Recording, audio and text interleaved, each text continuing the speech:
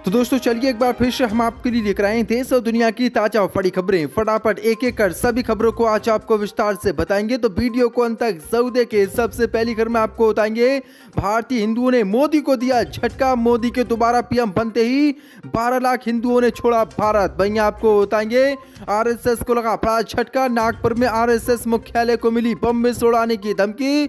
RSS में मचा हड़कंप। वहीं दोस्तों अगली खबर में आपको बताएंगे, श्री कृष्ण जन्मभूमि विवाद पर हिंदू महासभा की मुसलमानों को धमकी। कहा, कोर्ट का फैसला हमारे पक्ष में आया तो भारत में कहीं नहीं बनने देंगे शाही ईदगाह। वहीं दोस्तों आपको बताएंगे, राहुल गांधी ने ठुकराया मोदी का प्रस्ताव। बुलेट प्रूफ गाड़ी में बैठकर भारत जोड़ो यात्रा से किया इनकार। वहीं दोस्तों आपको बताएंगे, कर्नाटक के पूर्व मुख्यमंत्री कुमारस्वामी का अमित शाह पर जोरदार पलटवार।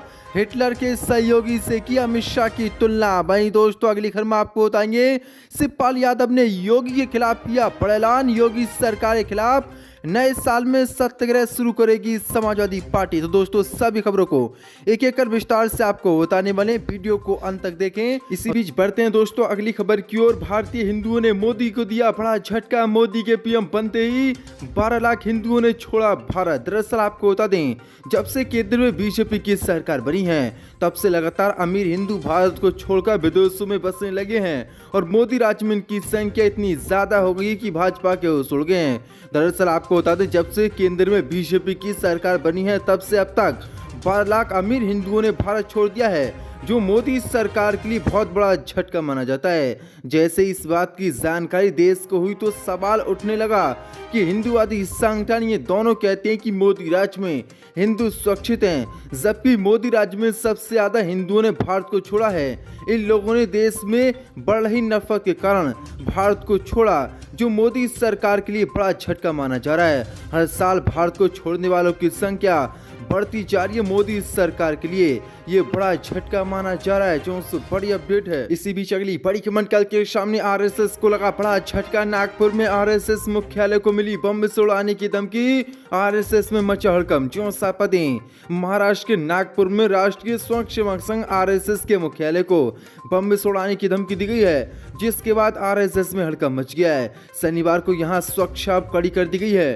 पुलिस ने बताया कि एक अज्ञात व्यक्ति ने फोन करके नागपुर आरएसएस के मुख्यालय को उड़ाने की धमकी दी है। उसके बारे में पता किया जा रहा है। डीसीपी जॉन गोरख भावरे ने बताया कि पुलिस कंट्रोल रूम में दोपहर 1 बजे फोन आया था।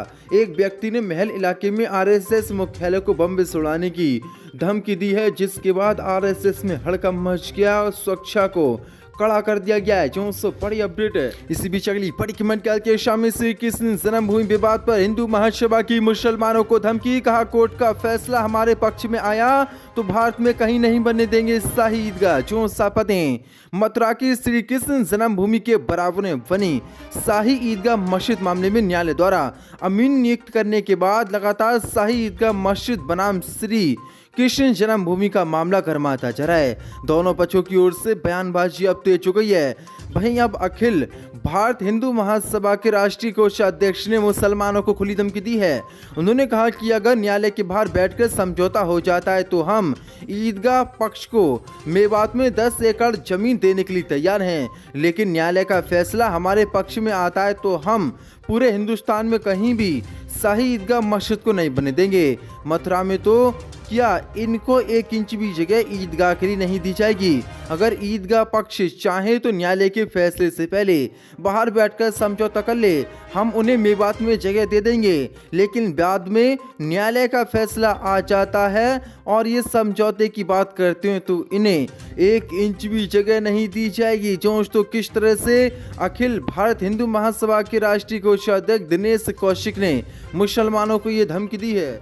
इसी बीच अगली बड़ी खबर कल के शामिल, राहुल गांधी का फिर बीजेपी पर बड़ा हमला। कहा, सुरक्षा प्रोटोकॉल के नाम पर बुलेट प्रूफ गाड़ी में बैठ भारत जोड़ो यात्रा करें। जो सभी कांग्रेस के पूर्व अध्यक्ष राहुल गांधी ने सुरक्षा प्रोटोकॉल तोड़ने के सरकार के आरोपों पर पलटवार करते हुए कहा कि सरकार चाहती है कि वे बुलेट प्रूफ गाड़ी में बैठकर कन्याकुमारी से कश्मीर तक की यात्रा करें, जो संभव नहीं है। भाजपा और सरकार के शीर्ष नेताओं के खुले रोड में शो का जिक्र करते हुए उन्होंने कहा कि सुरक्षा प्रोटोकॉल के लिए अलग अलग मानक नहीं हो सकते और ऐसा कर सरकार उनके खिलाफ सुरक्षा प्रोटोकॉल तोड़ने का केस बना रही है। राहुल गांधी ने चीन के साथ वास्तविक नियंत्रण रेखा पर जारी तनातनी को लेकर भी सरकार को आड़े हाथ लिया और कहा कि सच्चाई बताने की बजाय सरकार सेना की आड़ लेकर अपना बचाव कर रही है, जो कायरता है। जो बड़ी अपडेट निकल के सामने, बड़ा हमला।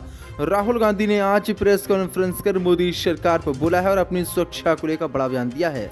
इसी बीच अगली बड़ी खबर निकल के शामिल शिवपाल यादव ने किया बड़ा ऐलान, योगी सरकार के खिलाफ नए साल में सत्याग्रह शुरू करेगी समाजवादी पार्टी। जो पतें उत्तर प्रदेश के कानपुर में एक कार्यक्रम में पहुंचे सपा के वरिष्ठ नेता शिवपाल यादव ने प्रदेश की योगी सरकार पर बड़ा हमला बोला। उन्होंने कहा कि समाजवादी पार्टी साल 2023 में सड़कों पर उतरकर प्रदेश की योगी सरकार के खिलाफ सत्याग्रह करेगी, क्योंकि सरकार में भ्रष्टाचार ज्यादा है और महंगाई बढ़ गई है। इस महंगाई से जनता परेशान है। समाजवादी पार्टी के कार्यकर्ताओं पर गलत ढंग से लगातार मुकदमे बीजेपी सरकार करा रही है। शिवपाल यादव ने ऐलान करते हुए कहा कि समाजवादी पार्टी 2023 में सरकार के खिलाफ सड़कों पर उतरकर सत्याग्रह शुरू करेगी, जिसके बाद योगी सरकार की नींद उड़ गई है। इसी बीच अगली बड़ी खबर कैलकुलेशन कर्नाटक के पूर्व मुख्यमंत्री कुमारस्वामी का अमित शाह पर पलटवार, हिटलर के सहयोगी से किया अमित शाह की तुलना। जो पदे कर्नाटक में विधानसभा चुनाव से पहले ही सियासी माहौल गर्मा गया है। एक दिन पहले मांड्या में केंद्रीय गृह मंत्री अमित शाह ने जेडीएस पर हमला बोला था। अब इसी हमले पर पूर्व मुख्यमंत्री कुमारस्वामी ने अमित शाह पर जोरदार पलटवार किया है। कुमारस्वामी ने सिलसिलेवार 11 ट्वीट किए और सीधा हमला बोला। उन्होंने कहा कि फैक्ट ये है कि बीजेपी झूठों की पार्टी है, ये आपके झूठ बोलने से स्पष्ट हो गया है। अमित शाह आप राजनीतिक गिरगिट है, यही आपकी पार्टी का असली चेहरा है। आप जोसेफ गोएबल्स हिटलर के सहयोगी में से एक के पुनर्जन्म हैं। आप शर्मनाक हैं। उन्होंने पूछा क्या आप स्वयंभू रईस नहीं है। कुमारस्वामी ने कहा कि अमित शाह आरोप लगाए हैं कि अगर जीत गए तो कर्नाटक जेडीएस पार्टी का एटीएम बन जाएगा। उन्होंने कहा कि अगर जेडीएस की सरकार बनती है तो वह करोड़ों कर्नाटकियों का एटीएम बन जाएगी। ये किसान, मजदूरों, शोषितों और दिव्यांगों का एटीएम बनेगी।